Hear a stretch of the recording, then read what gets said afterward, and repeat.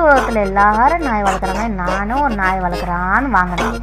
நாயை வளர்க்குறனா ரவுடியை வளர்க்குறனான்னு சத்தியமா தெரிலங்க.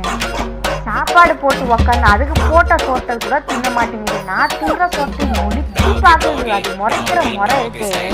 ஒரு துக்கம் பாருங்க, பார்க்குற மாதிரி ஒரு லிக்விட். சரி படுக்கலான்னு வச்சு போட்டா போதும், காலான் வந்து பத்துரும், தலைமணி வந்து பத்துரும். தள்ளிட்டு படுக்கலான்னு சொன்னா போதும். நான் தான் தரையில என்னமா போன மாதிரி கால் விட்டு வெளியே போயிட்டு கடைக்கு போயிட்டு வந்துட்டு என்னடா யாரும் கிடக்கிடையானா வந்தாங்க ஓடி வந்து பார்த்து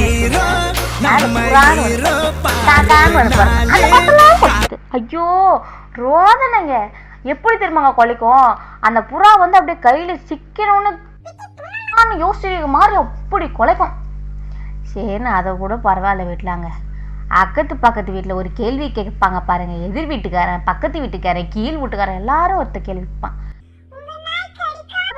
அப்படின்னுவான். அது என்ன ரியாக்ஷன் மாட்டேன் அப்படின்ற ரியாக்ஷன் கொடுக்கும் தெரியுமா? குலைக்கிற நாய் கடிக்கான்ற அர்த்தத்துக்கே என் நாய் தான் உதாரணம்.